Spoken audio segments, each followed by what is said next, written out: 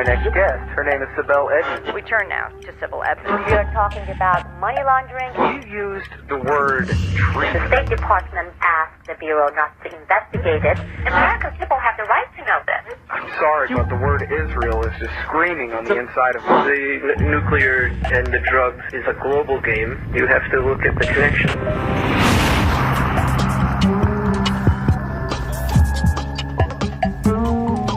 Sibel Edmonds, born to a Turkish family in Iran, spent 6 months as a translator for the FBI. It put her at the heart of a major intelligence scandal.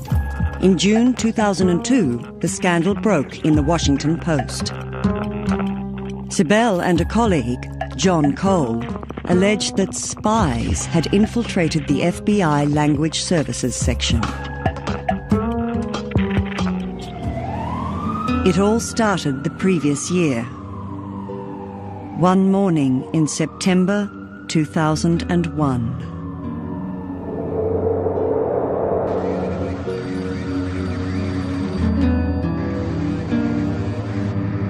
I never planned to be a language specialist. This was not what I was planning.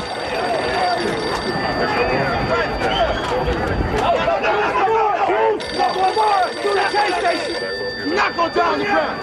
You will get trapped. You will get trapped.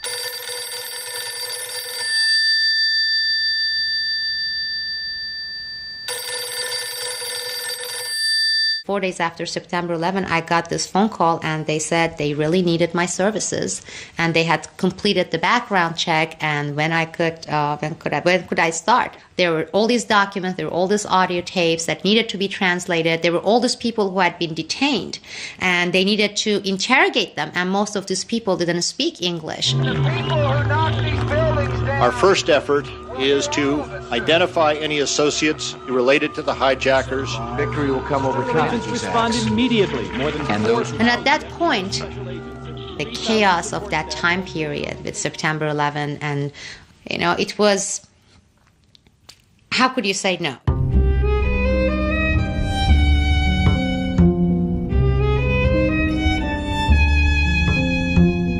When I got there, I had no idea what exactly I was going to do for them. See, this department, this language division in the FBI, is considered the highest security unit in the FBI. Sibel Edmonds lived in Istanbul and Tehran to the age of 18. She speaks Turkish, Farsi, and Azeri. The FBI recruited her to translate wiretaps in Turkish that it had recorded inside the United States. The targets were suspected of espionage or of having links with terrorist organizations. By December 2001, Sibel had been working at the FBI for 2 months. Then, one Sunday morning, she and her husband Matthew got a call that would turn their lives upside down. Sibel had been working for the FBI about 2 months after the 9/11 occurrence, and one Sunday morning we received a call. One of the other translators in the department where she worked in the FBI called up and said that she would like to come over and introduce her husband to us. We had never met her husband. My wife, of course, had met the other translator. Her name is Melek Jan Dickerson. Her husband's name was Douglas Dickerson. I was seated here. Sibel was seated beside me. Melek Dickerson was seated in his chair here, and Douglas Dickerson was seated over here. The husband did most of the talking. And he started out right away giving a background, telling us who he was. He had worked for the Air Force both in Turkey and in some of the Central Asian republics. He described how they had met in Turkey, the fact that he had been in Turkey, the fact that he was in the arms procurement business. He worked for the government. Liaison with various countries in the region, doing weapons procurement. But fairly rapidly, he started to describe the fact that he had friends in the Turkish community. He wanted to know whether or not we knew about some of the Turkish organizations.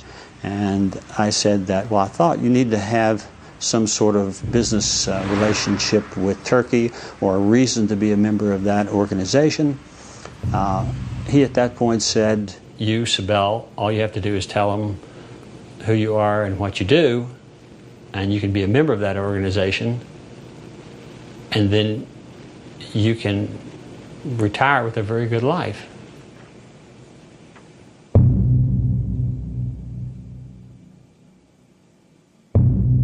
Sibel realized she had been approached by spies who had penetrated the FBI Language Services section. And then we escorted them to the door and wished them good day. I didn't know at the time, had no idea that what had just taken place was going to have such a dramatic effect on our lives and had such a devastating effect on Sibel. How had Melek Dickerson infiltrated the Language Services section? And what was this mysterious organization the Dickersons were involved with? Initially, I reported all the stuff to my supervisor in December 2001, and nothing happened. And actually, I was told to just hush it and not talk about it. So I reported to somebody in the mid-management. And then this retaliation started. You know, they were taking away my job assignments, and I would go on my computer, and I had real urgent documents that were requested by certain agents from certain field offices, and I couldn't bring them up on my computer. My computer was confiscated, and the attitudes toward me in that department by a supervisor that I was working for. So I said, well, this is time for me to take it to the highest level, to the headquarters, and to Director Mueller and his assistant. And I did that. And that even backfired more. For Robert Mueller, the director of the FBI, Sibel had become an embarrassment. The reprisals intensified. Sibel was taken to a building in Chinatown for a lie detector test. Oh, they asked me like things about security, whether or not I was approached by spies and to be recruited, which I said yes. While Sibel's colleague, Melek Dickerson, was assigned to translate the Turkish wiretaps, some of which targeted her mysterious friends, Sibel's work came to an abrupt end. It was March 22nd, Friday, about 4:20 p.m. Sibel's allegations had made too many waves. The person in charge of security division, a Sukun broker, said, well, I would like you to hand me your key to your cabinets and your badge. And I said, well, may I ask why? Based on what reason are you firing me? And this guy, Friel, said, you know why you're being fired? You're being fired because you reported these issues and you reported them to the headquarters, and we don't have to give you a darn reason why you're being fired. And at this point, he got up and he's like, now you're going to be escorted outside the building. At this point, 3 of them, they are escorting me downstairs. And on the way down, Thomas Friel told me, he said, we will be watching you, we will be listening to you. You cannot talk about any of these issues that you reported outside. You don't even have a right to go to any attorney. Sibel was out of the FBI. But now everyone in the language division was talking about the Dickersons. The time had come for them to disappear. Douglas and Melek Dickerson flew to Europe, never to return. Disowned by the FBI, Sibel decided to turn to Congress. She arranged a meeting with Senators Patrick Leahy and Charles Grassley. They started talking about whistleblower protection and how I would be covered. And I said, just wait a minute. I am not a whistleblower. I'm not blowing the whistle. And they said, no, you are a whistleblower. And I said, no, I'm not a whistleblower. It took me months and months until I just kind of resigned. I said, fine, I'm a whistleblower. Sibel didn't stop there. She filed 2 claims, one for unfair dismissal and the other for breach of freedom of speech. The Department of Justice had no choice but to start an internal inquiry. Months went by. Seeing that the inquiry was leading nowhere and that Congress had failed to act, Sibel turned to the media. We had wiretaps that were translated. Where do you think the truth lies? And that's what the American people need to learn about. I'm talking about those people who made decisions not to act on certain translations, certain intelligence pieces before 9/11 and after 9/11. They haven't mentioned anybody who actually is connected to Al-Qaeda in mid or higher level. And it's just Kafkaesque. Sibel had gone too far for her former bosses. The FBI director handed the case over to the then Attorney General, John Ashcroft. Ashcroft's reaction was extreme. On October 18, 2002, my 10th wedding anniversary, I was informed that the Attorney General, John Ashcroft, had invoked this rarely invoked privilege called the state secret privilege.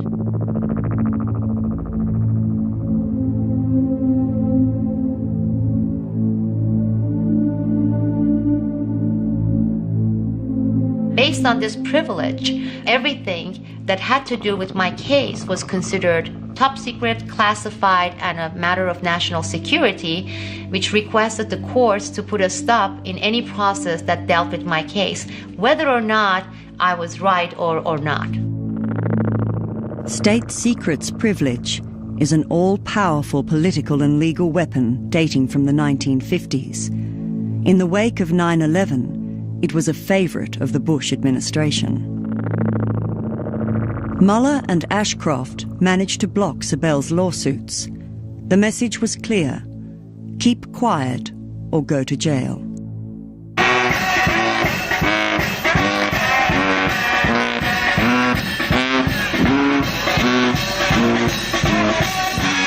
Gagged in the name of national security, Sibel said no more for 2 years.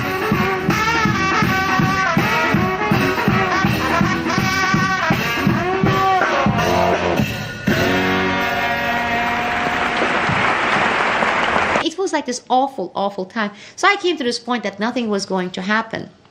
And during this time, they had just finished establishing the 9/11 Commission. We must uncover every detail and learn every lesson of September the 11th.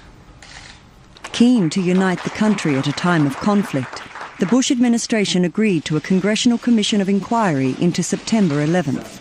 Its mandate included investigating shortcomings in U.S. intelligence agencies that had made the attacks possible.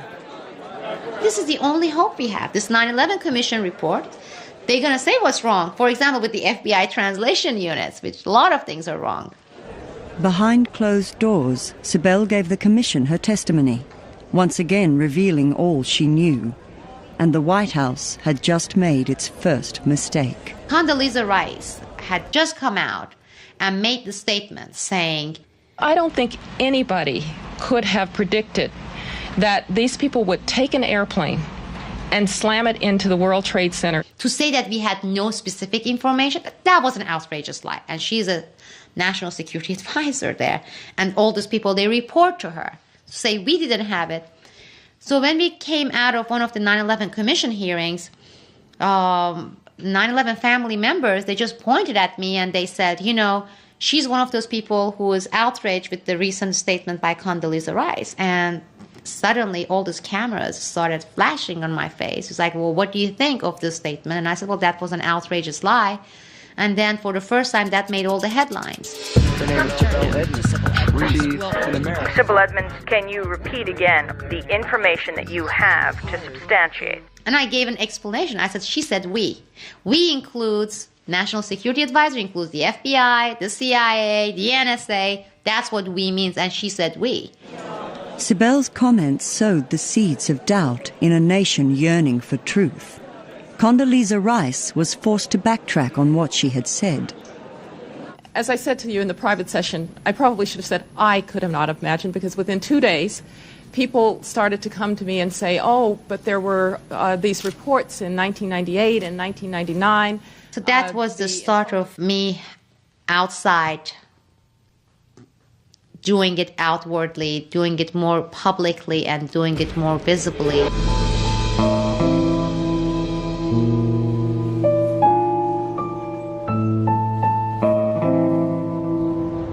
On the 24th of July, 2004, the 9/11 Commission released its report.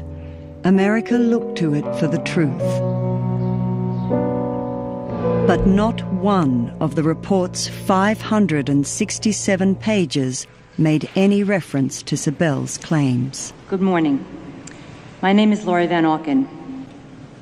On the morning of September 11th, my husband Kenneth was killed while at his office on the 105th floor of the North Tower at the World Trade Center. The 9/11 Commission's report is supposed to provide the definitive account of what had transpired on September 11, 2001. We hoped that our thousands of unanswered questions would be addressed and answered. Yet incredibly, we have found that the Commission's definitive final report has actually yielded more questions than answers. That was like, oh, is this what they've been waiting for? Was going to put all the stuff and say what's wrong with the system and have individual accountability. None of those. I want to know. I want to know who the whistle blows for you. What we got truly insulted the intelligence of the American people. Get off the couch. Violated our loved ones' memories. Raise up your hand. And might end up hurting us one day soon. Time to take a stand. I locked myself in this room for 3 days and started reading everything line by line. Don't tell me that's just the way that it goes. I was outraged. I need to know what Sibel Edmonds knows. So do you. National security whistleblowers tried to testify before the Commission, but were either not asked to testify or their testimony was only barely acknowledged, or worse yet, completely omitted from the record. Take off the gag. They complimented everybody. Take off the gag. Don't let them hide behind their flag. So politicians were very happy about it. Get off the couch. Raise up your hands. It's a war word, it's time to make a stand. One whistleblower that we made sure the Commission met with was FBI translator Sibel Edmonds. It's just the way that it goes. Sibel is here.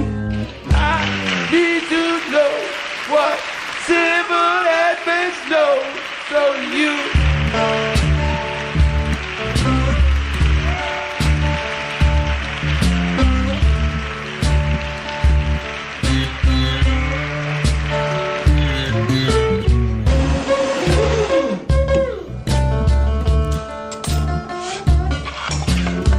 This is just the biggest whitewash, and this is not what they promised they were going to give the American public. There were 3 holes that I could see in this work of fiction. Testimony from people like Sibel Edmonds, the preparedness of our nation, and the crime scene that was 9/11 was certainly not addressed as a crime scene. Very disturbing, very disturbing. I mean, you know that when they're supposed to be doing this report on these agencies, and they put it out, and the first reaction of the agency is complimenting it, you know something is really wrong. Sibel's name was now sung in New York clubs. She had become the most famous of all the 9/11 whistleblowers. Thousands of people signed petitions in her support. The former translator became the toast of anti-establishment blogs.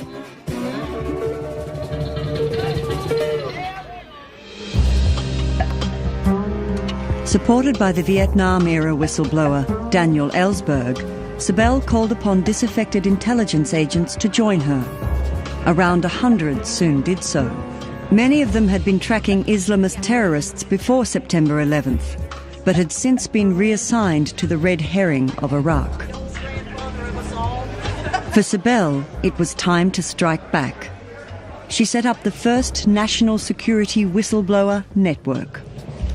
Good afternoon. My name is Sibel Edmonds, and today we are having this press conference here as National Security Whistleblowers Coalition. Once you start hearing these names, it's going to become more real to you, the concept of national security whistleblowers and who these people are. Go, gentlemen. Edward Costello, former Special Agent, Counterintelligence, FBI.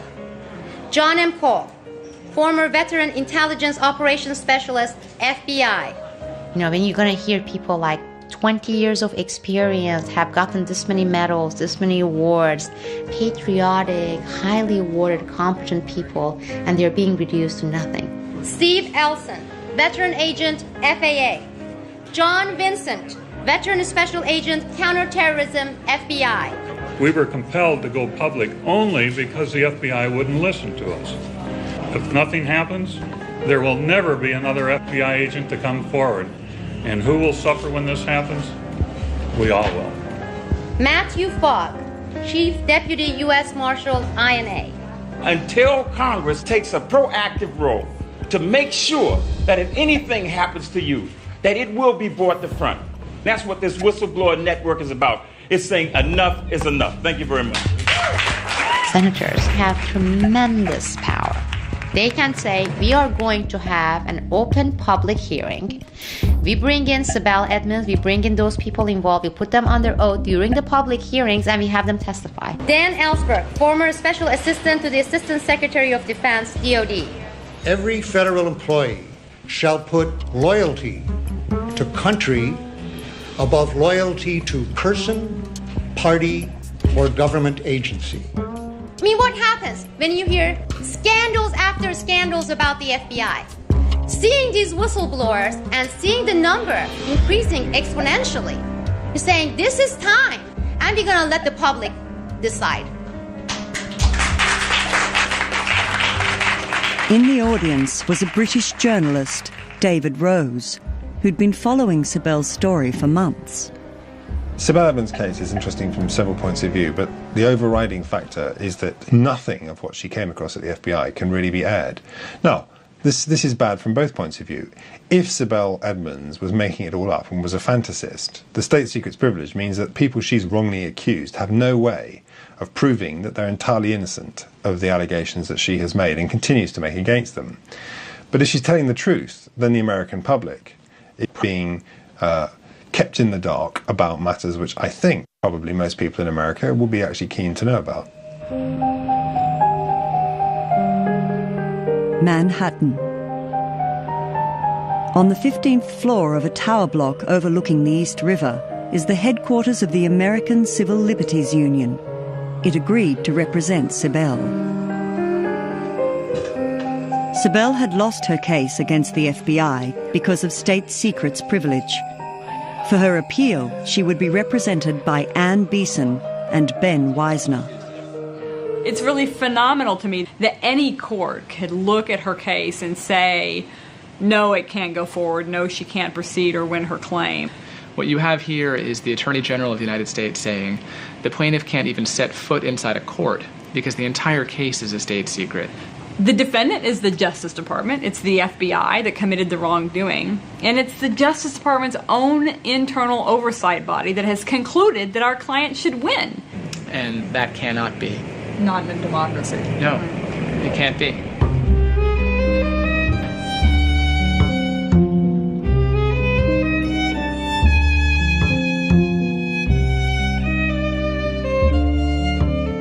In January 2005, Sibel and her lawyers won partial declassification of the Justice Department's internal report into her case. The report partially endorsed her claims. While it did not disclose the content of the FBI's wiretaps, for Sibel it still represented a victory. It upheld her credibility. Ann Beeson and Ben Wisner prepared Sibel for her appeal. A very exciting week next week. Are you prepared? Countdown. Oh. Also in 2005, Sibel's name was mentioned for the first time in a book. Paul Sperry, a journalist, had investigated Islamist networks in the United States. He took a new look at Sibel's case.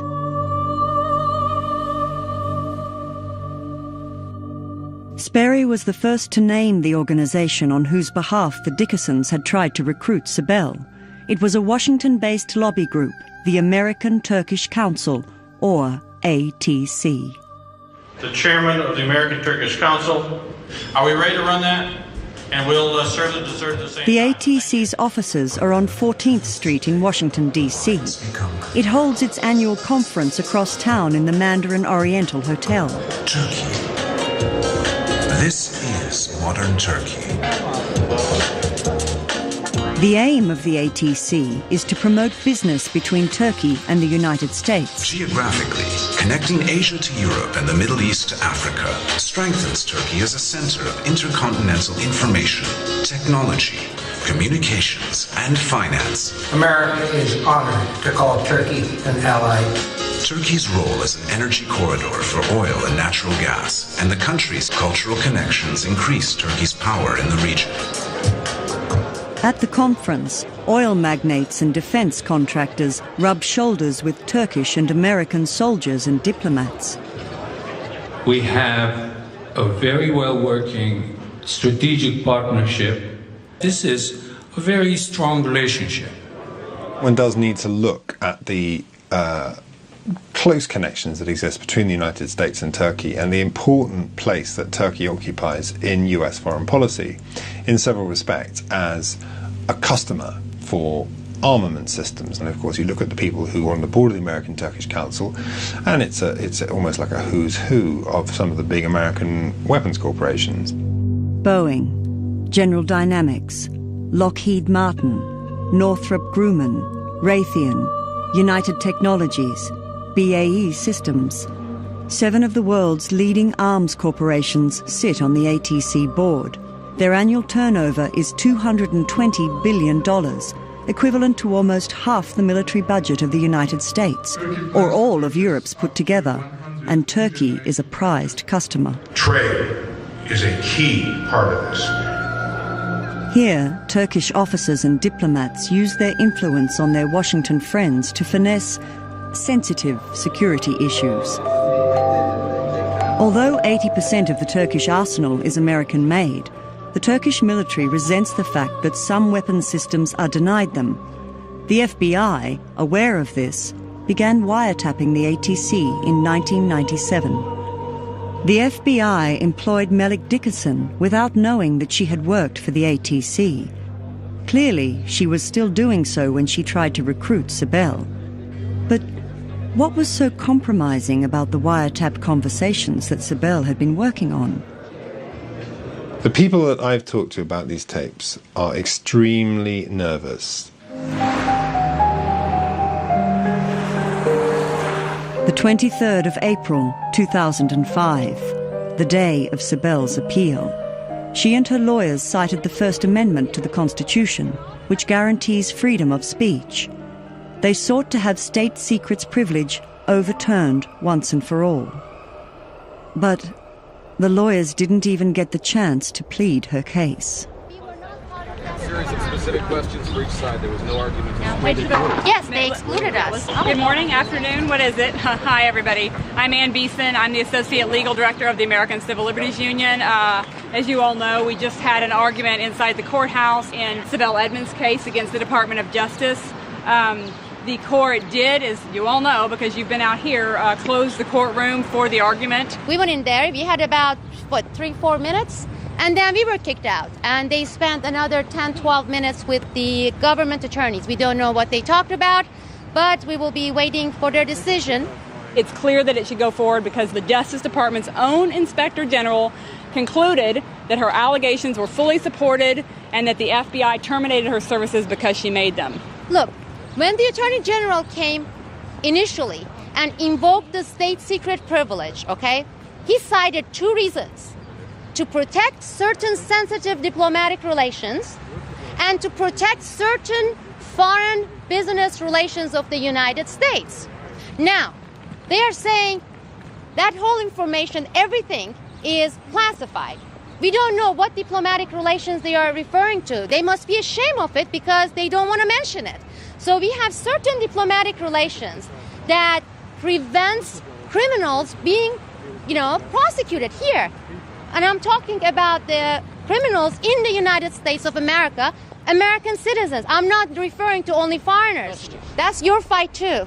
As much as it is my fight, it's not only for whistleblowers. It's your fight too. I like to be in America. Okay, by me in America, everything free in America, for us not free in America. A few days after the hearing, the judgment was given. Sibel lost her appeal. Her lawyers now considered Sibel to be the most gagged citizen in American history. Only one avenue remained open to her, the Supreme Court. When Sibel began working for the FBI, she was 32. She was now 36. On the 3rd of August 2005, Vanity Fair published David Rose's article. Sibel's story was splashed across the newsstands. I remember I wrote the pitch, the memo, suggesting the article like it was a film thing. So I said, Act 1, there is Sibel, this brave Turkish American, she wants to do the right thing. Then to her horror, she discovers some kind of spy. And then Act 2 is the terrible things happen to her. She gets fired and she gets victimized and so forth. And then Act 3 is her fight back. And I said it ends with the article being published in Vanity Fair, and then suddenly she gets a ticker tape parade through New York, and everyone thinks she's a national hero. Of course, that bit hasn't happened yet.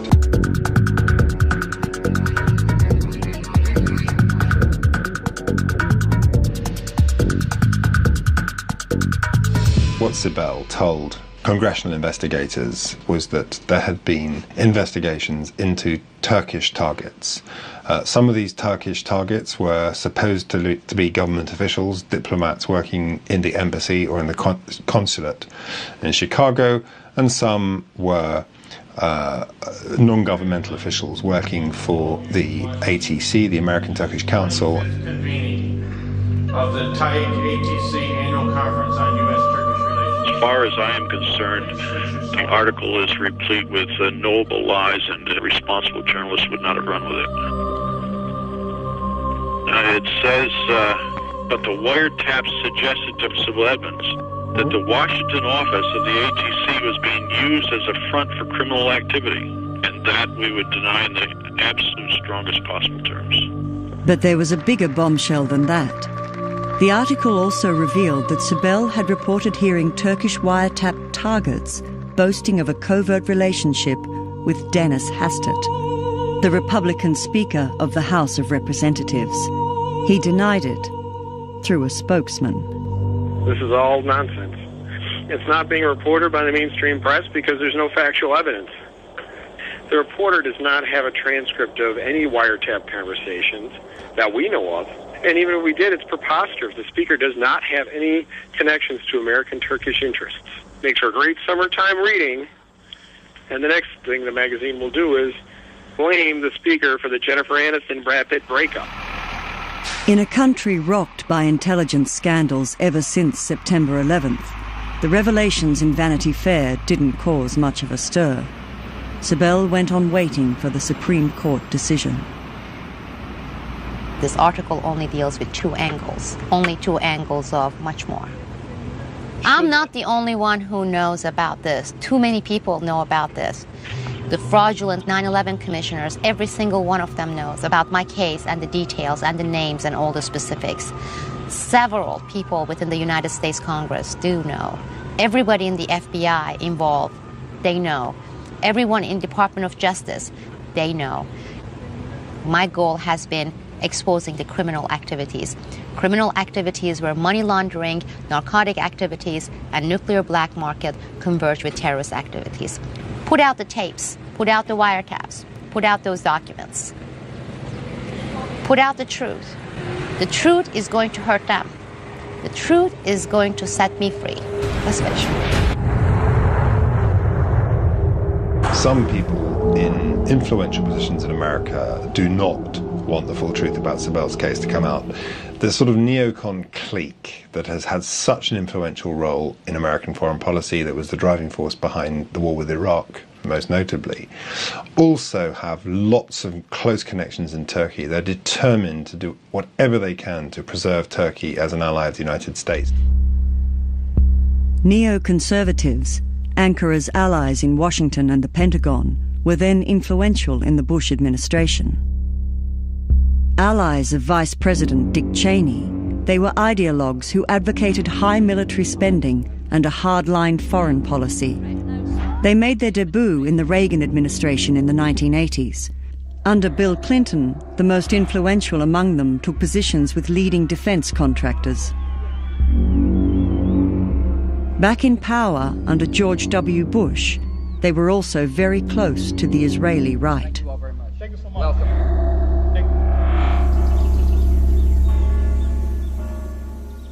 7,000 kilometers from Washington, another man has inside information. Ex-CIA officer Philip Giraldi, formerly based in Turkey, is retired and living in Tuscany. He has a disturbing take on the case of Sibel Edmonds. Around about a year ago, I realized that I understood what the full story was and what she was trying to say, although she couldn't do it publicly because of the gag order. For me, the full story was to follow the money on this. Giraldi wrote a column about Sibel's case in the American Conservative magazine. He reviewed the activities of the American Turkish Council and other Turkish and Israeli lobby groups, their financial links with the Turkish authorities, and their links with what he called the military-industrial complex neocon network. Turkey is interested in being able to purchase embargo technologies and that sort of thing that you'd like to get. And knowing the players in the game from my time in the Central Intelligence Agency, I assumed that the Turks and the Israelis and these people, most of whom came out of the Department of Defense, would have been dealing in weapons. In recruiting Israel's top supporters in the United States, the Turkish generals knew what they were doing. Over 10 years, Turkey received more than $12 billion worth of military assistance from the US. A grateful Ankara opened its airspace to Israel. The Anatolian Plateau, bordering both Syria and Iran, was a godsend for Israel. By the mid-90s, the triangle of the United States, Israel and Turkey had entered its golden age.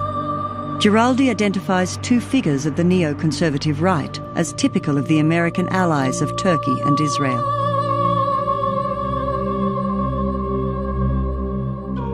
The charismatic Richard Pearl, nicknamed the Prince of Darkness, and his protege, Douglas Feith, a fervent supporter of Israeli settlers in the West Bank and Gaza.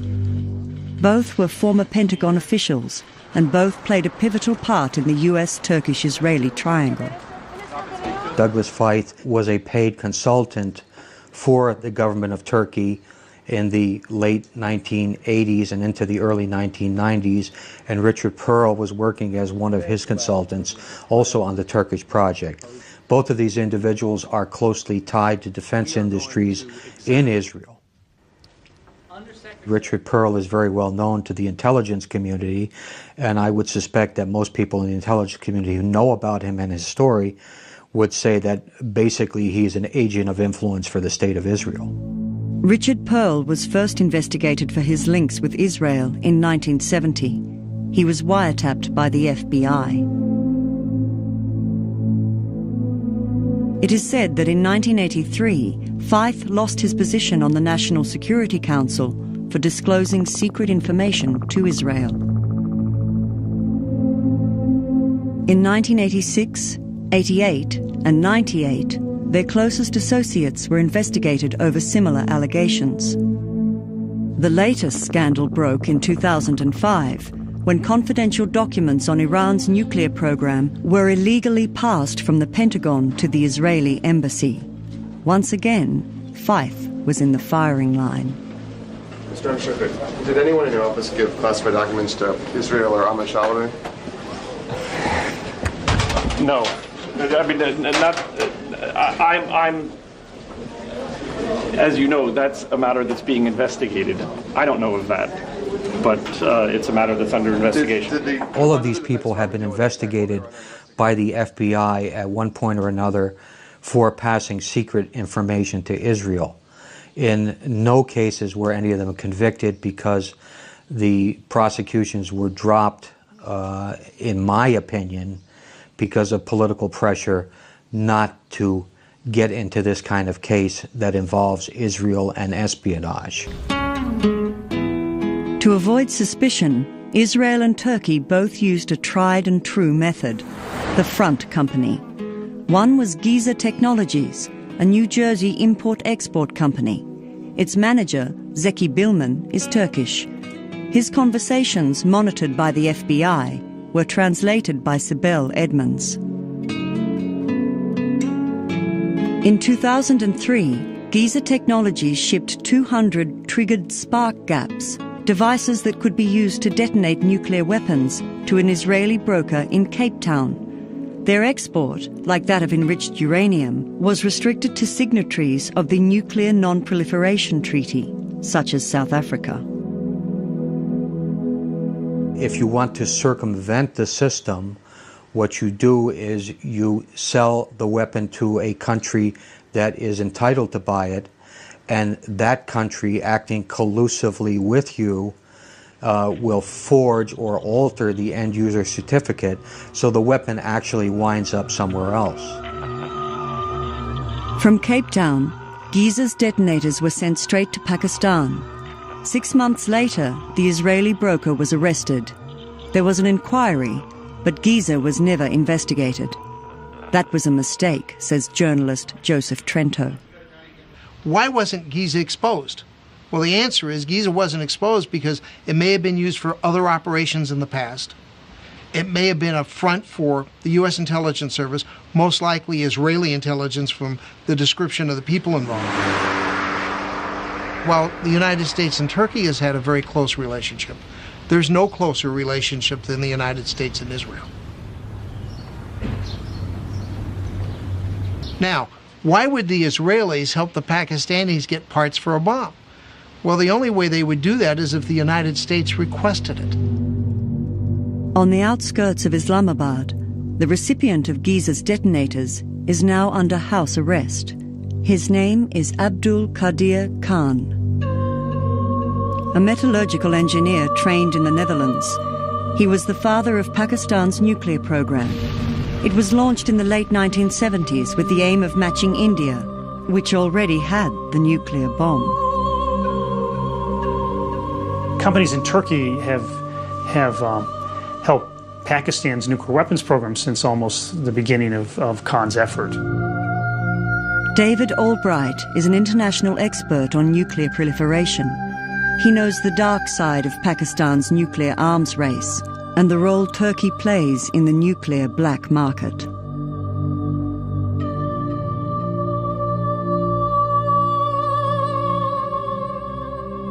Turkey's a NATO member, it's close to Europe. There are many exports to Turkey that receive very little scrutiny, and yet those exports were then transferred on to Pakistan. And so, and one of the things that has been very frustrating is that the United States government knew about these kinds of antics early on. In 1998, Pakistan carried out its first nuclear test. Abdul Qadir Khan became a national hero as the father of the Pakistani bomb.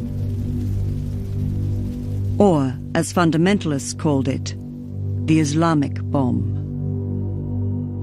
It's quid pro quo. Remember, the goal in the 1980s was to defeat the Soviet Union and use Pakistan as an aid to Afghanistan in making that happen. And the Reagan administration gave Pakistan anything it wanted. In early 2004, a huge international police operation uncovered the AQ Khan network, the most extensive nuclear proliferation network in history. Khan's principal associates, among them a number of Turkish businessmen, were arrested. AQ Khan has confessed his crimes, and his top associates are out of business. But Khan did not disclose all his secrets. Pakistan categorically refused to allow the Americans to interrogate Khan. I think it's fair to point out that the Khan network is still operating. It's not been shut down. The Pakistanis have not been shut down. And top Pakistani officials, generals, public servants, etc., have been rewarded because of this activity. And the United States has done nothing. There's concern that some kind of transfer happened to Al-Qaeda back when the Taliban were in control of Afghanistan. It's more speculation, but there's still worry that some people associated with Khan or the Pakistani nuclear weapons program provided some kind of assistance to Al-Qaeda. For over 20 years, another woman had been on the trail of the nuclear black market. Her quest took her from Pakistan to Turkey along the old Silk Road, now a trade route for oil, gas, weapons and heroin. Her identity should never have been made public. But in July 2003, leaks from the White House led to the publication of her name and of the organization she worked for. Her name is Valerie Plame, and she worked for the CIA's Counterproliferation Division. The Plame affair soon grew into a scandal. Revealing an agent's identity is a federal crime. Who would dare to do it? I and my former CIA colleagues trusted our government to protect us as we did our jobs. That a few reckless individuals within the current administration betrayed that trust has been a grave disappointment to every patriotic American.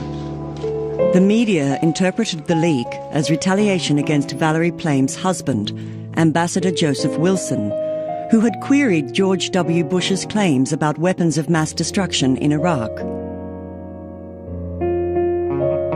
The name of the company Valerie Plame used as a front was also disclosed.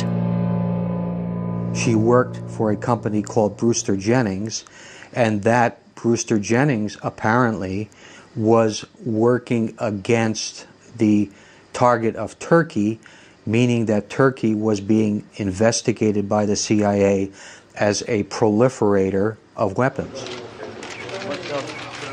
The media failed to notice the disturbing similarities between the Plame and Edmonds cases. Like Sibel, Valerie Plame worked in the area of nuclear trafficking, and like Sibel, her investigations foundered when she approached the Black Sea region. The name Valerie Plame, I was not familiar with that name until it became public. But if someone were to ask me about Brewster Jennings, that would be a different question, and it would be a different story, but a story that I could not comment on because, as you know, I cannot talk about the targets of investigations or issues, details that I dealt with during my work with the FBI. What Sibel could not say was published in the Turkish newspaper Hürriyet in November 2005. One of Valerie Plame's and Brewster Jennings' targets was the American-Turkish Council. The Plame and Edmonds cases are part of the same story. That same month, the Supreme Court decided not to review the lower court decisions on Sibel's case. But Sibel's fate had in fact been sealed 3 years before, at a high-level meeting in Washington. The state secret privilege was invoked not by the FBI, but by the Pentagon and the State Department. They requested that Sibel Edmonds not be able to speak on this issue. Thank you very much. I'm sorry about Edmonds, and I'm sorry about Plame. I'm sorry about all these people. But I can name hundreds of others who've tried to stop things like this and seen it before. And this is a repeat. The difference is the Bush crowd plays rougher than any of them. Penn American Center is pleased to present Sibel Edmonds with the 2006 Penn Newman's Own First Amendment Award.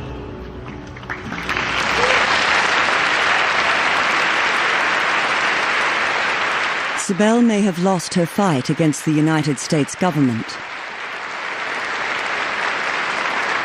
But in April 2006, recognition came to her via Penn, the prestigious International Writers and Journalists Association, whose members aim to defend freedom of speech. Today, we are facing despots who use national security and classification to push everything under a blanket of secrecy, to gag and call it a privilege. Unless we recognize these attacks for what they are and stand up and speak out, no, shout out against those despots in government, then we are doomed to wake up one sad morning and wonder when and where our freedom died. Thank you.